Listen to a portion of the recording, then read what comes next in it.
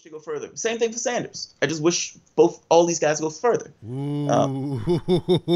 That is He true. slid in Sanders. This is perfect, man. This is a great segue, man.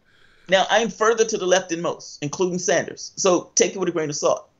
But I'm further to the left only because I look at it and says, okay, what's the problem? Well, here's our problem. We need somebody to do labor. How do you do labor? Well, we've come up with this capitalistic model of, all right, we're going to prod people to do labor based upon this vulgar incentive of lack. It's like, yes, you need food, clothing, water, shelter. You need these things to live. So we're going to attack those things to force you to act. The question becomes, do you need to do that in a technological society?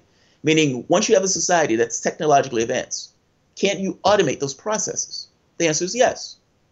Sanders is a Democrat. I mean, ultimately, he's a classic Democrat. I know he calls himself a Democratic Socialist, but what he's talking about is essentially FDR policy.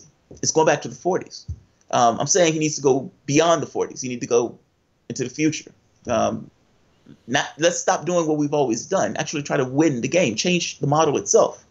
And look, that's not a mark against Sanders. I actually like Sanders. I don't necessarily like what Sanders is doing right now, but ultimately I like him. Yeah, I got pushed back when I criticized him and basically asked some questions about some of his choices. And of course, I was, Bernie woke me up to so many issues. Like, never forget that. But my thing has always been, Jay, he's not the only person we need for this revolution, and it can't start and stop with this guy. And some people feel like that because there's no one else that they feel has the birdie landing on the podium. That's literally what it is. We're in an interesting time. I mean, ultimately, you have the left and the right realizing that the middle is screwing them over. Full well understand it, that it's a two-party duopoly.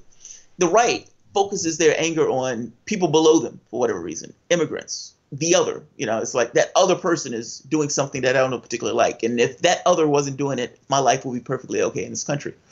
Democrats, they, for the most part, they milk those things in a different way, but ultimately they're still not necessarily backing up their constituents. They kept asking them, what do you stand for?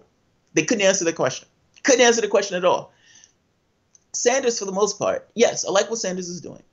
I mean, in the sense of who he is. But he's functioning as a Democrat, right. Meaning 15 million people left the party, and Sanders is doing his damnedest to bring those people back into the party. If anybody's trying to start a third party, that's a problem. That's a problem. And not to mention he's giving cover. Oh, man, understand the ridiculousness of this. You have heroes, brave people who said, we're sick of what the DNC did in regards to them cheating Sanders. So we're going to take the DNC to court. Excellent. Good job. You should take them to court. They cheated and defrauded you, and they lied to you, and they undermined democracy. The person who they're going for, meaning the person who they're representing in that sense, is functioning with the party that cheated. That's amazing. That's amazing. I mean, it even goes to more ridiculous position where Sanders is going out saying, yeah, Russia, we need to see something about Russia. Russia hacked us. And it's like, wait, you're saying that Russia hacked the DNC to reveal that they were cheating you? Is that what you're saying? Talk about ungrateful. Yeah, right. We helping you, Bernie. We trying to help you out, man. What's going on, Bernie? That's a good, man. See, that's what I'm saying. Like, I never looked at it that way. It's a very good point. This guy's up there on TV every time I turn around going, Russia, Russia. Russia, Russia. Yeah. Assad needs to go. Screaming in one microphone after another that he wants a political revolution. And then immediately after the election is shilling for Hillary Clinton. It's like, come on, man. Come on, dog. But you know, Jamal, it's because his life's been threatened, man. We got. You saw that cut on his cheek, Jamal. You saw it. They put the screws to him. Right. Like, you better support her or else. There's this awesome video with Sanders gets on the podium and he's speaking. People are loving him. They're cheering him. You have thousands of people that are rallying behind him. They're loving him. He's Sanders. He's Bernie, feeling the burn. And he says, and I need you to support Hillary Clinton. And they were like, boo! It was like a cacophony of boos. And it's like just this dichotomy between where he was getting all this applause and then all of a sudden just immense, unceasing boos. It was like for like 30 seconds to a minute long of booing him. When I had Jimmy Dore on the show, he brought up the Unity tour. And he said that it got so bad for Tom Perez that when Tom Perez was called out to speak, he would start his speeches saying, Hey, everybody, Bernie's going to come on right after me. Yeah, he did. Every time you see him, he's like, Bernie was coming on next, but I'm going to. And then there's this thing of, wait a minute, you're the DNC chair. You're opening for Sanders? You're the Sanders opening act? Is that what's going on? Like, all of these guys are rubbing themselves in Sanders. And it's over the top clear that ultimately they want to rub themselves in Sanders because they want people. They know that ultimately people don't pay attention to the news. Like, so they would say, oh, I like Sanders, and I saw that guy standing beside him. I'm going to vote for this guy. Not realizing that there's a distinction between the quantities of Sanders and the corporate shield that he's standing beside. My feeling is, in the same way that the DNC defrauded all those people because, for the most part, those people thought they were given to a fair process, can an argument be made that Sanders is also defrauding the people who are going to vote for some shill, thinking that that person is similar to Sanders? That's a good point. Ow. I don't know if I'm ready for all the hate mail, boy. It's going to be some hate mail stacked. Hey, they can send the hate mail all they want. It's true. It's one thing if I'm saying something that's not true. Ultimately, the man is out there shilling for the Democratic Party. He must have a game plan. Game in my ass.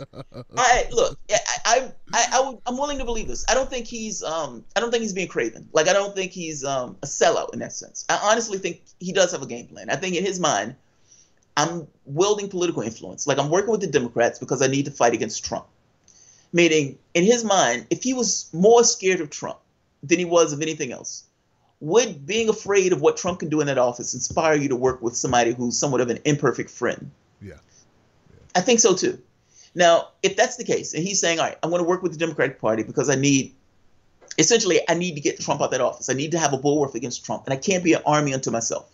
Yes, I can be Sanders, but I can't be an army to myself. If he's thinking this way, then yeah, his behavior makes sense within that context. So yes, I'm going to toe the Russia line, even though I know it's bogus. Yes, I'm going to toe the Syria line, even though I know it's bogus. Yes, I'm going to jump across the country with Tom Perez, even though I know Tom Perez is also bogus.